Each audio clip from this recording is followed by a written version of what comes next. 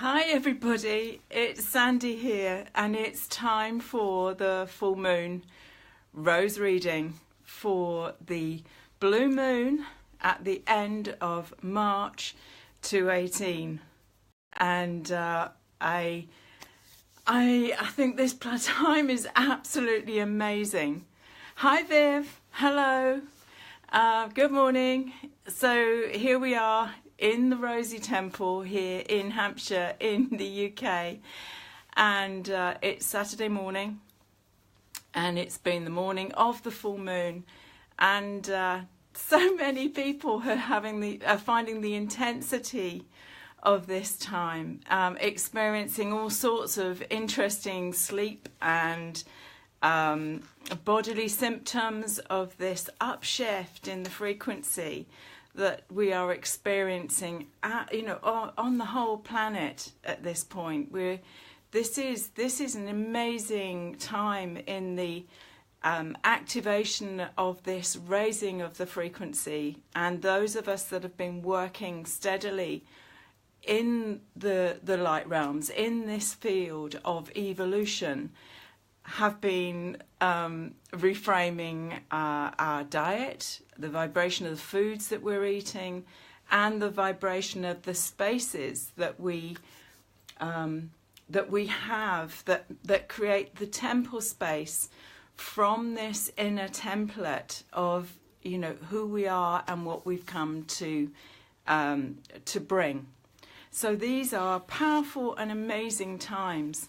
For those of you that follow me on my personal Facebook page will know that I have just last evening come back from a 2-day trip down to the West Country, down to Devon, to a client in Exeter, and then on down to Penzance, almost at Land's End actually, and being really aware of the frequency of the land that I've been traveling through. Hi Nyala, hi. Just the real awareness of driving here from the energy of the land in the New Forest down through Dorset, down into Devon, and this lush, very goddessy energy that the landscape in Devon holds, undulating landscape of fields and very sort of curvaceous energy on the land, and then down into Cornwall, which has this much harder granite base structure to the land. And I'm sure that this is again the activation of the Earth Star chakra, this powerful chakra that is beginning to get very much more active below the soles of our feet. And this chakra is really holding the template for our earthly incarnation and how our energy fields dock into the earth grids and give us this sense of at home, where we resonate, where we feel that we dock into the land and our energy fields can unpack. So this chakra feels to me to be one of 3 chakras that is really being highlighted and activated for us as we move into this new template of being. So the Earth Star just below our feet that connects us into the earth so that we can come into an alignment within the body, bringing that up into the heart star which is really activating this higher heart energy, and for me it carries with it the threefold flame of love, wisdom and power. And when we explore anything in our external mirror of our inner consciousness, the external mirror that our lives offer us, there is always a learning of our connection to love, wisdom and power. and how we hold that within our physical bodies, our physical energetic bodies. And then, of course, the soul star, the star that holds the incarnation and the energy template that is connected to source energy and our higher soul selves, that creates a changing of the frequency that allows it to be absorbed and worked with in our physical bodies.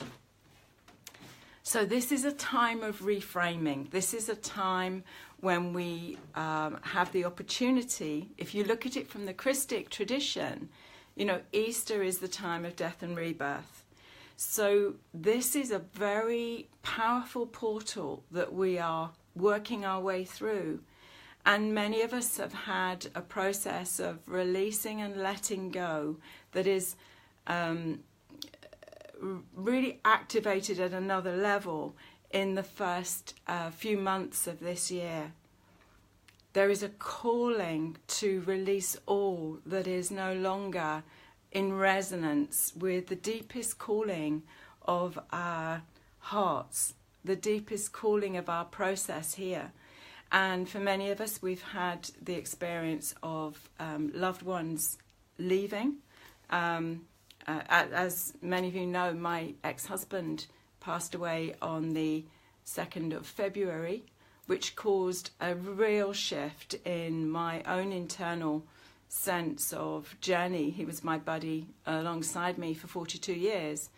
And now I'm moving my Rosy Temple and taking this inner temple template into a new space, which I have to say has yet to reveal herself. So it's an interesting experience, keeping that steady trust that the right space is waiting, the right space will come forward at the right time. So what else is there? Yes, many of us have had strange sort of symptoms in the journey, ranging from sort of pounding the heart energy as that's working to clear and expand our energetic template, and also sort of sleep disturbances, and as I say, other shifts that we've been called to make, either in decluttering and clearing our own spaces, or changing the frequency of the food that we're putting into our bodies. That is our fuel for our higher frequency activity. So, yeah, what might the roses have to offer for us as wisdom in our journey at this time? So, are you drawn to Rose Card 1? Are you drawn to Rose Card 2? Or are you drawn to Rose Card 3? And if you were drawn to Rose Card 1, she is Rose 9. And this rose is one of the original set, with the original 11 roses from the Rose Oracle. And this one sits on the solar plexus. And she says, you know, I have good boundaries. I am very clear in my purpose and my actions here. You know, this rose is not a fluffy rose. She's very clear. She's very defined. She's got a very strongly activated center to her. And she sits on the solar plexus. And this is our center of personal will. And it's also our center where we hold that sense of absolute trust in our gut wisdom, our gut knowing of what's right for us. So if you were drawn to Rose Card 1, she's asking you to look at all the ways in which you may need to reassess your boundaries, personal boundaries, in your interface with the world. And also this place of being very, very clear about what you're being drawn to activate. If the third eye is the center of higher will, that energy drops down to the solar plexus, and it's where we digest life. You know, is life indigestible? Is life an effortless flow for you that enables you to have really clear sense of that gut wisdom and what you're being called to activate? So this rose is drawing you to that, to look and review if there is anything here that needs to be addressed. And as I say, she's a bit like the sort of the Sekhmet of roses. She is calling for an absolute clear alignment with inner truth and right action. Beautiful and powerful rose to have as an ally at this point. And just to say too that another way of working with these roses is to either I tuck the rose cards into my top if I'm working with a particular frequency, because they're like codes of light. They're frequency alignments that can help us to activate certain qualities within us.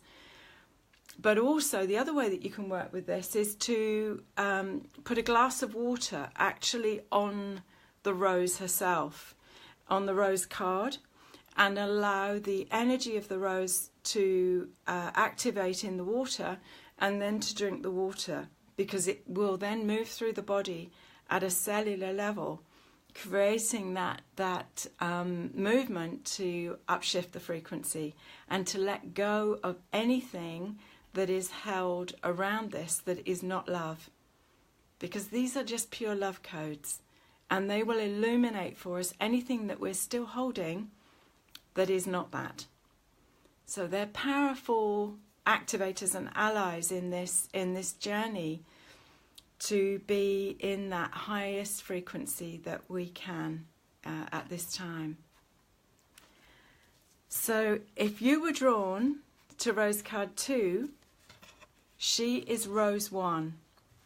Now this is the first rose in the set. This is one of the Alhambra roses that came through in 2010. So this rose sits in the base chakra, and she is that absolute foundation. So if you're drawn to Rose 2, you want to be looking at anything that may have a message for you around the foundation that you're creating, that is the clear template to be able to support you moving forward. She's a really rich, fleshy rose, a bit like a nest that you can sort of curl up within, but she's here as a real support and a reminder of that birth imprint, that birth tribal imprint of here I am and I have arrived, and this is my family of birth, and this is my location on the earth plane that I have chosen to birth into. And what we find is, as we move up through the chakras into the sacral chakra, that we move into what Jung would call the individuation. Who am I inside the tribe? But this rose, for me, has a strong connection to Saturn and that absolute core base foundational piece. If you look at sort of Maslow's triangle of hierarchy, that base plate of food on my table, roof over my head, the foundation of the building blocks of our physical body, enable us to take this journey into the spiritual realms. But we have to do that from a safe and stable base plate of presence and our ability to support and sustain our physical body on the earth. So this is the path that is calling us at this time to review and to ensure that we have... Hi Fiona, hi, thank you for joining. This is the fundamental that's underneath us. This rose can also be seen as connected to self-love, self-value and self-esteem. Because unless we have got this piece in place, then it is much more difficult to be sustaining as we move up from base chakra up through the chakra system in the body. And this rose, hi Charlie, hi, good morning. This rose connects in, is the root piece that connects into the air star, which is the rose that I was talking about right at the beginning of the reading, that feels to be activating at a new level for us in our sense of connection into that base. So if you were drawn to rose 2, rose card 2, she is rose 1. The first rose in the set, and the absolute base. Excuse me, I'm going to have a cat move past the screen. The absolute base place for our real sense of being here now, being in the body, being present. So, hi Sass, good morning. Yeah, really lovely, lovely, very fleshy, supportive rose. Base chakra is also connected to the blood in the body and also the musculoskeletal system. So this rose would be a fabulous support if you've got anything that you're working with on a physical level in the body that is connected to, as I say, the blood, the quality of the blood, and the musculoskeletal system. Hi Rebecca, good morning. So yeah, powerful. So she's rose 2.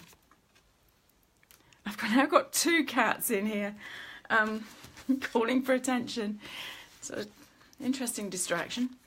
So if you were drawn to rose card 3, she is Rose Bagua 4, and she is all about abundance. This is the wealth and blessings card from the Rose Bagua. Hi Lucia. So yeah, rose card 3, and as I've said many times before, actually, you know, these are 3 elements that have been the roses are calling for us to look at, but of course all 3 of them work together. And although we might be drawn to one of them with a message, all 3 of them will actually have a unified message for us at this point. And this Rose Bagua, she initially calls us to count our blessings, you know, to be really aware of the aspects of our lives that have a richness for us, have a richness in what they offer, because wealth and blessings aren't financial in essence. They are about the people and the beauty in our lives that we can appreciate at any level of our financial abundance. So this rose on the Bagua sits in the opposite corner to that sense of tribe, that sense of belonging. And so I feel that this reading that we're looking at today has this sense of real grounded presence in the body, this real sense of being able to work within the body as our foundation. Just a moment, Fiona's written, did you? Yes, I did, Fiona. So just before I start, I asked for the wisdom of the roses that is called for to share. So I shuffle the deck and one by one call forward the roses that have wisdom for us that want to be shared at this time. Hi Evelyn. Hello. Hi Catherine. So yeah, each of these roses call forward a particular message, and I shuffle the deck and just call those roses forward specifically for this reading. And there's individual notes, if you like, within each of the cards. But I do feel that the three of them woven together give us the message of this time. So, as I say, this is Rose card 3, and she is Rose Bagua 4, and she is all about wealth and blessings. So she's golden, you know, she's rich, she's like an ever deepening opening to the golden aspects of our lives, the golden heart field, the golden light body. You know, when we address to the issues that we've had as challenge points in our lives, as we have the courage to work with those places that are specific to our journey, what then opens is another level of the gold. And this is a multi-petaled rose. It's like she just continues to give. The more we open into the wealth and blessings of our lives, the more she opens to us. So these are the three roses that came forward for this reading.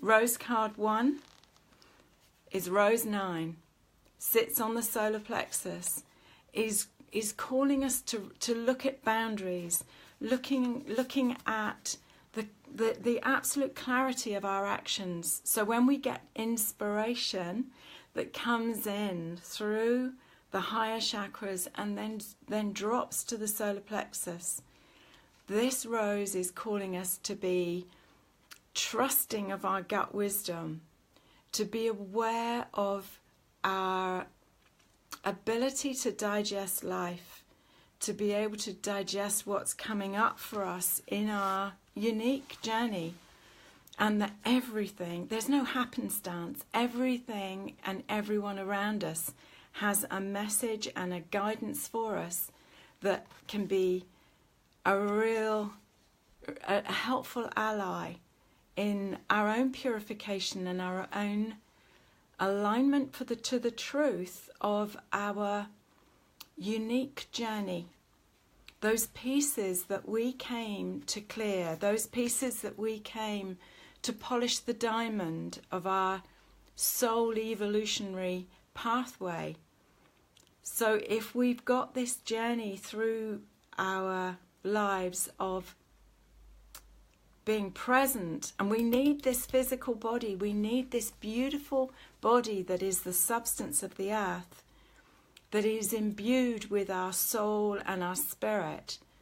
This is our way shower and guide, and when we fully embody this, we can listen to her wisdom, we can listen to her messages, and they are the way showers and guides that enable us to make the changes that enable us to hold more of the gold. And it's really fascinating today that we've had these strong golden roses. Nothing fluffy about these. They are wisdom carriers for us. And as I say, you can work with all of these as essences. You can put your glass of water on these roses and allow the rose essence. You only need to leave it there a couple of minutes. The essence, the imprint, the coding in the rose will imbue into the water, and when you drink the water, it works through the cells of the body, allowing the ease. These are grace, ease, beauty that enable the clearing at a cellular level in the body. They support our process. And if you chose Rose card 2, she is Rose 1. This gorgeous, succulent, juicy base chakra rose that really calls us to support our physical body, the physical incarnation, the blood, the musculoskeletal system, the things that really support the vitality of our physical bodies. Self-love, self-value, self-esteem sits in this particular chakra, where we really listen and honour the challenges of our journey. Many of us treading the path of light have not had an easy journey. We've had places where we have felt very alone. We have had places where the challenge to actually even be present here has been almost too much at times. But we have had to take steady steps to know that part of that is our journey as well. This rose, for me, has a real connection to the Magdalene and the Magdalene story. And interestingly, this week I went with a girlfriend as a birthday treat for her to see the film Mary Magdalene, and came away with the real sense that part of the place of Mary Magdalene in the story, in the journey, was not just, good morning Babita, good morning, was not just the priestess of high sexual magic, but she came really as a true witness to our earthly incarnation and this journey to love, this place of being love, and a way shower for us at this time. My sense is that all of that storyline of her and the Master Yeshua was imprinted on the earth plane at that time to come forward and really activate for us in our consciousness at this point, that this time was known, that it was going to take this cycle of 2,000 years before humanity was ready to take this step to this place of unconditional love and this balancing of the masculine feminine imprint that we need to bring into balance to activate the gold, to activate the divine child within, this pure, innocent, creative portal of connection to source, to know that we are both creators and creatives. We hold this ability to tap into this amazing portal of connectedness and creative source energy on this planet, and that is our truth and our connection to the divine imprint within us. And it has to be a weave of masculine feminine, and this rose brings us to the foundation of that brings us into the root. You know, this is the root activator of Kundalini energy, this beautiful energy that we can allow to support and hold us in our journey. These two work beautifully together. And of course the higher octave of that work in these three energies is the rose 11 rose, the white gold of the divine feminine. This is the sacred feminine. And this holds for me the template of the wise woman, the absolute direct action. And the third one to the trinity of the energies today, Rose Bagua 4. And Rose Bagua 4 says, you know, I am abundant, I am wealth and blessings. This is the richness of the journey. You know, and this is our magnetic attractor factor. When we come into this place of wealth and blessings, we just attract more and more and more of that into our lives. And if these two pieces are in place, this foundation of being present in the body to allow all that is not that to release, and this place of Rose 9 that has the courage for personal will to be activated. These are powerful roses for our full moon rose reading. So if you have the Rose Oracle, I invite you to take these 3 roses, Rose 1, Rose 9 and Rose Bagua 4, and put your glass of water on these 3 roses.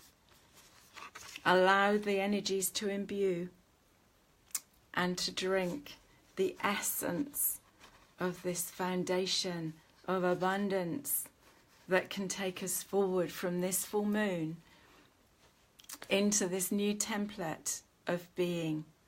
We're in Aries. This is a fire sign. This is a time for action and powerful opportunity for us to move into the real offering that 218 can offer us in our pathway forward, owning our wisdom, owning the truth and power of what we've come here to hold and express. So there we are. There are 3 gorgeous roses to work with for this upcoming period, and to say that I've got 4 classes that are left here in the Rosie Temple and also our Rose Sister Circle before I move. When this new place shows itself to me, I'm really being taught to trust the process and know that the right place will come at the right time for this next movement, for this next place of presence. So I have a beautiful Rose Alchemy space clearing class that will activate your new template, clarify, clear and activate a new template for you on the 7th. So that's next Saturday.